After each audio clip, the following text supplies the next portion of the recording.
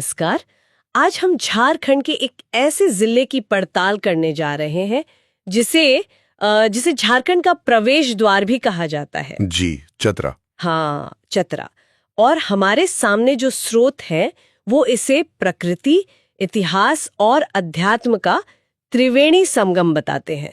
तो आज हम इसी बात की गहराई में उतरेंगे। ये पड़ताल वाकई दिलचस्प होने वाली है क्योंकि हमारे स्रोत एक पूरी तस्वीर देते हैं। हम सिर्फ तथ्यों को नहीं देखेंगे बल्कि ये समझने की कोशिश करेंगे कि ये सभी पहलू एक दूसरे से कैसे जुड़े हुए हैं। सही बात है। और यहाँ सबसे आकर्षक बात यह है कि हम देखेंगे कि कैसे एक जिले का भूगोल वहाँ की जमीन उसके इतिहास और संस्कृति को आकार देती है। तो चलिए इसी से शुरू करते हैं। सबसे पहले चतरा है कहाँ? स्रोत बताते हैं कि इसका गठन 29 मई 1991 को हुआ था, हजारीबाग से अलग करके। बिल्कुल। और ये राष्ट्रीय राजमार्ग 99 और 100 पर स्थित है। अच्छा। तो इसकी जो स्थिति है वो ही इसे बिहार और झारखंड के बीच आप कह सकते हैं एक ऐतिहासिक और भौगोलिक पुल बना देती है। और इसकी सीमाएं भी तो कई जिलों से लगती हैं। जी, उत्तर में बिहार का गया जिला है और बाकी तरफ झारखंड के रांची, पलामू और हजारीबाग। इसका इलाका पठारों और घाटियों से भरा हुआ है जो इसके चरित्र को इसकी पहचान को परिभाषित करता है। और यहाँ हरियाली भी कमाल की है। मैंने जब स्रोतों में पढ़ा कि जिले का लगभग 60% हिस्सा वनों से ढका है तो मुझे यकीन ही नहीं हुआ। हाँ, 60%। ये आंकड़ा आज के समय में बहुत बड़ा है। बहुत ज्यादा। इन जंगलों में खास क्या है? देखिए, यहाँ साल, महुआ, केंदू और सागवान जैसे प्रमुख पेड़ पाए जाते हैं। तो ये जंगल सिर्फ पर्यावरण के लिए नहीं है, ये लकड़ी और केंदू पत्ता जैसे जो लघु वन उत्पाद हैं उनका एक बहुत बड़ा स्रोत भी है। स्थानीय अर्थव्यवस्था इनसे जुड़ी हुई है सीधे तौर पर। और ये प्राकृतिक संपदा सिर्फ पेड़ों तक ही सीमित नहीं है। चतरा यूं समझिए कि झरनों की भूमि भी है। अच्छा, झरने भी हैं? हाँ, बहुत सारे, जैसे बिचकिलिया, डुमेर सुमेर और तमासिन। कई खूबसूरत झरने हैं। साथ ही बलबल द्वारी नाम का एक गर्म पानी का झरना भी है। गर्म पानी का झरना? जी, ये तो दिलचस्प है। जी। और स्थानीय लोगों का मानना है कि इसके पानी में औषधीय गुण हैं। कमाल है। और इसी प्राकृतिक माहौल में 1978 में स्थापित लावालोंग वन्यजीव अभयारण्य भी है। ओहो, वाइल्ड लाइफ सेंचुरी भी है? जी, 207 वर्ग किलोमीटर में फैला हुआ। ये बाघ, तेंदुआ और नीलगाय जैसे जानवरों का घर है। तो अब देखिए, ये घने जंगल और सुरक्षित वनस्पति का एक बेहतरीन उदाहरण है। तो प्रकृति ने तो इस जगह को भरपूर दिया है। अब बात इतिहास की करते हैं, क्योंकि यहाँ से कहानी और भी दिलचस्प हो जाती है। स्रोत बताते हैं कि इसकी जड़ें मौर्य काल तक जाती हैं, जब ये 8वीं यानी वन राज्य का हिस्सा था। बिल्कुल। और हम एक स्पष्ट समय रेखा देख सकते हैं।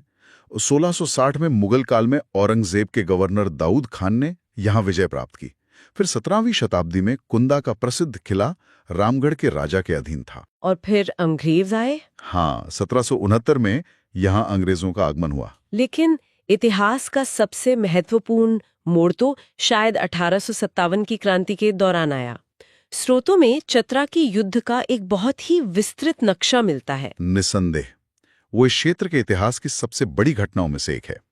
ये युद्ध 2 अक्टूबर 1857 को फांसी तालाब के पास हुआ था। एक तरफ थे रामगढ़ बटालियन के विद्रोही और दूसरी तरफ मेजर इंग्लिश के नेतृत्व वाली ब्रिटिश सेना। ये एक बहुत भीषण संघर्ष था। और इसका नतीजा बहुत गंभीर था। 150 क्रांतिकारी शहीद हुए। जी, 150। और स्रोतों में 2 अमर नायकों का विशेष उल्लेख है, सूबेदार जयमंगल पांडे और नादिर अली खान, जिन्हें 4 अक्टूबर 1857 को फांसी दी गई थी। हाँ, उसी फांसी तालाब के पास। ये जानना भी जरूरी है कि स्रोत हमें एक ही घटना के दोनों पक्षों को दिखाते हैं। बिल्कुल सही कहा आपने। ये बहुत महत्वपूर्ण है। जहां एक तरफ इन नायकों की शहादत का जिक्र है, वहीं दूसरी तरफ इसी युद्ध के लिए 2 ब्रिटिश अधिकारियों को विक्टोरिया क्रॉस दिया गया था। हाँ, लेफ्टिनेंट डाउंट और सार्जेंट टाइनन को। ये हमें दिखाता है कि एक ही घटना पर कितने अलग अलग दृष्टिकोण हो सकते हैं। तो इतिहास और प्रकृति के अलावा चतरा एक बड़ा आध्यात्मिक केंद्र भी है। चलिए अब इटखोरी की बात करते हैं। इसे धर्मों का संगम कहा गया है। इटखोरी वाकई में एक अद्भुत जगह है। ये एक ही स्थान पर हिंदू शक्तिपीठ, बौद्ध स्थल और जैन तीर्थ तीनों का संगम है। एक ही जगह पर? जी, एक ही परिसर में मां भद्रकाली का मंदिर है जो एक शक्तिपीठ है। वहीं पर आपको काले पत्थर की बुद्ध की मूर्तियां मिलेंगी। अच्छा। ये मूर्तियां 9वीं-10वीं शताब्दी की पालकालीन हैं और यही जगह जैन धर्म के 10वें तीर्थंकर शीतलनाथ का जन्म स्थान भी है। ये तो सच में अद्वितीय है। और इटखोरी नाम के पीछे भी तो कोई कहानी है। हाँ, एक बौद्ध किंवदंती है। कहते हैं कि जब बुद्ध ज्ञान की तलाश में निकले तो उनकी मौसी उन्हें मनाने आई। जब उन्होंने मना कर दिया तो उनकी मौसी के मुंह से निकला इटखोई, यानी मैंने इसे यहीं खो दिया। इटखोई से इटखोरी, वाह। जी। इसके अलावा हंटरगंज प्रखंड में कोल्हा पहाड़ भी है, जिसे कोलेश्वरी देवी के नाम से जानते हैं। ये भी वैसा ही कोई केंद्र है। हाँ, 1575 फीट ऊंचा ये पहाड़ भी हिंदू, बौद्ध और जैन तीनों के लिए एक महत्वपूर्ण तीर्थ स्थल है। और ये आध्यात्मिक ऊर्जा यहाँ के मेलों और त्योहारों में भी झलकती होगी। बिल्कुल। ये मेले सिर्फ आयोजन नहीं है, बल्कि जीवंत परंपराएं हैं। स्रोत बताते हैं कि प्रतापपुर का कुंदा पशु मेला 1880 से शुरू हुआ लावालौंग मेला और 1882 से शुरू हुआ चतरा का दुर्गा पूजा मेला। ये तो बहुत पुरानी परंपराएं हैं। जी, और भद्रकाली और कोल्वा में भी बड़े धार्मिक समागम होते हैं। ठीक है, तो इन सब का क्या मतलब है? आज का चतरा प्रशासनिक और आर्थिक रूप से कैसा है? देखिए, प्रशासनिक तौर पर यह जिला 2 अनुमंडलों चतरा और सिमरिया में बटा है। इसमें 12 प्रखंड और 1400 से ज्यादा गांव हैं। और अर्थव्यवस्था? आर्थिक रूप से इसकी ताकत फिर से इसकी जमीन से ही जुड़ी है। हमने जंगलों की बात तो की, लेकिन असली ताकत जमीन के नीचे है, कोयला। बिल्कुल। टिंडवा और कारेदारी क्षेत्रों में कोयले के विशाल भंडार हैं। विशाल मतलब कितने? स्रोत बताते हैं कि 2010-11 में यहां से 190 लाख मीट्रिक टन से ज्यादा कोयले का उत्पादन हुआ था। 10 साल से भी पहले? हाँ, तो आप अंदाजा लगा सकती हैं कि आज उत्पादन किस स्तर पर होगा। और कोयले के अलावा अभ्रक और पत्थर जैसे खनिज भी हैं। और जाहिर है, वनों पर आधारित उद्योग जैसे फर्नीचर, बीड़ी और पत्तल उद्योग, ये भी अर्थव्यवस्था का एक महत्वपूर्ण हिस्सा है। तो अगर कोई यहाँ जाना चाहे तो संपर्क कैसा है? सड़क मार्ग से ये अच्छी तरह जुड़ा है, NH 99 और 100 से। सबसे नजदीकी रेलवे स्टेशन गया है, करीब 90 किलोमीटर। और हवाई अड्डा? हवाई अड्डा रांची में है, जो लगभग 150 किलोमीटर दूर है। और घूमने का सबसे अच्छा समय?